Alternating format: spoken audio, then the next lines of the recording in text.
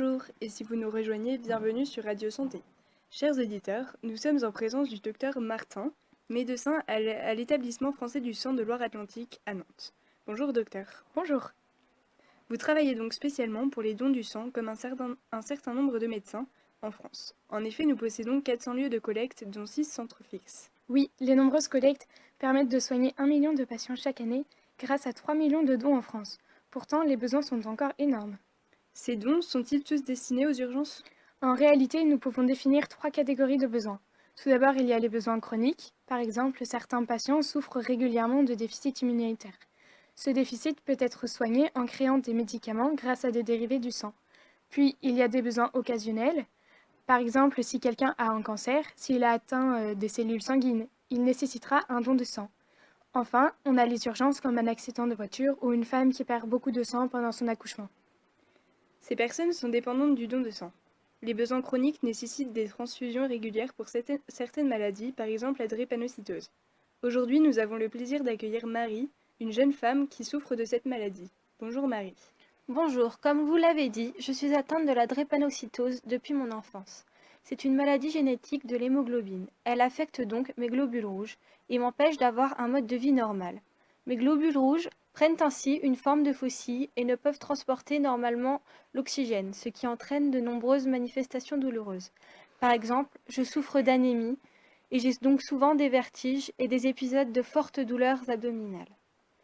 Et votre traitement consiste à bénéficier de dons du sang? Oui, pour me soigner, j'ai besoin d'une transfusion sanguine toutes les 4 à 6 semaines. Ce nouveau sang me permet de recevoir des globules rouges normaux et de pouvoir oxygéner normalement mes organes. C'est un traitement lourd mais qui me permet de vivre. C'est pour ça qu'il est très important pour moi de soutenir cette association qui sauve ma vie chaque jour. Beaucoup de patients ont été sauvés grâce aux dons. Quels sont les besoins sanguins en Pays de Loire pour les aider? 10 000 dons sont nécessaires chaque jour en France, dont 650 en Pays de la Loire. Chaque semaine, on a besoin de 140 dons de plaquettes et 360 dons de plasma. Ces chiffres sont impressionnants. Parvenez-vous à obtenir la quantité nécessaire de dons? Pour répondre à votre question, je vais prendre pour exemple l'année 2015. Cette année-là, on compte 1 645 325 donneurs qui ont effectué 2 980 196 dons de sang, de plaquettes ou de plasma, ce qui constitue une moyenne de 8 165 dons par jour. C'est inférieur aux 10 000 de besoin. Aux 10 000 dons de besoin, on peut donc dire qu'il manque 2 000 dons par jour. Ces dons sont faits par des volontaires. Tout le monde peut-il donner son sang ou y a-t-il des règles? Toute personne en bonne santé, entre 18 et 70 ans, peut donner son sang à condition qu'il pèse plus de 50 kg. Il existe 4 groupes sanguins, O, A, B, AB et 2 résuscements ou plus, dont la fréquence varie selon les populations. Ces différences engendrent-elles des difficultés d'approvisionnement pour certains groupes? Oui, car certains groupes sanguins sont moins fréquents en France.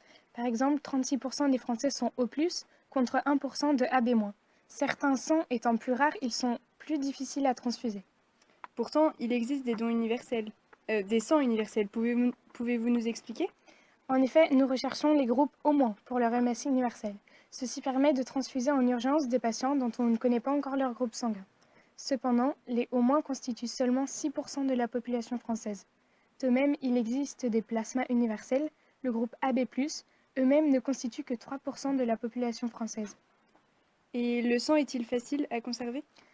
Les constituants du sang ont une durée de vie limitée, 5 jours pour les plaquettes, 42 jours pour les globules rouges et plusieurs mois pour les plasmas congelés.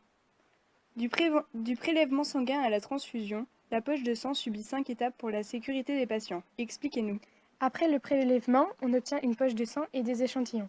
La poche de sang est filtrée pour retirer les globules blancs, puis préparée pour séparer les composants, hématie, plaquettes, plasma, grâce à la centrifugation. Les échantillons subissent des tests biologiques, certains sont donc éliminés et la poche de sang est arrêtée, ainsi que le donneur prévenu. Si le sang est conforme, on effectue un dernier contrôle pour éliminer toute incompatibilité avec le patient et on peut effectuer la transfusion. Le contrôle est maximum pour éviter toute transmission de maladie ou incompatibilité. Comme vous l'avez compris, il permet de venir en aide à de nombreuses personnes malades. Une dernière question, docteur. Comment réagit la médecine devant cette pénurie de sang et cette exigence de demande des dons? Cela fait maintenant plusieurs années que les chercheurs tentent d'obtenir du sang artificiel ou des substituts sanguins. Cette recherche permettrait de limiter les risques d'infection et de surmonter les groupes sanguins. Pour le moment, les dons de sang restent vitaux. Merci d'avoir pu répondre à notre interview sur Radio Santé. Restez avec nous pour discuter d'une nouvelle avancée de médecine dans un instant.